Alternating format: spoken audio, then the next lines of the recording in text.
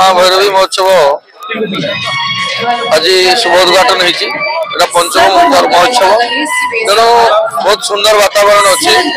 समस्त मन में उत्साह उत्कंठा अच्छी आमर कला संस्कृति आम परंपरा आम ऐतिह्य बचाई जो आम महोत्सव पालन कर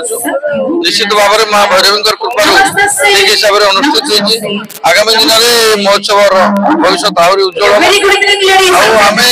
जो उद्देश्य महोत्सव आरंभ कर ठीक भाव में चली समस्त सहानुभूति होती विशेषकर समस्त जनसाधारण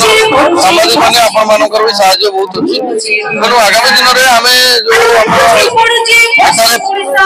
टूरिज्म क्षेत्र में जो आवश्यकता अच्छी कृषि क्षेत्र में जो आवश्यकता अच्छी स्वास्थ्य क्षेत्र में जो आवश्यकता अच्छी तेणु आम निश्चित भाव में पूरण करूँ जो प्रकार माहौल होती महोत्सव निश्चित भाव में आम जिले में राज्य स्तर स्वतंत्र आशा करूँ।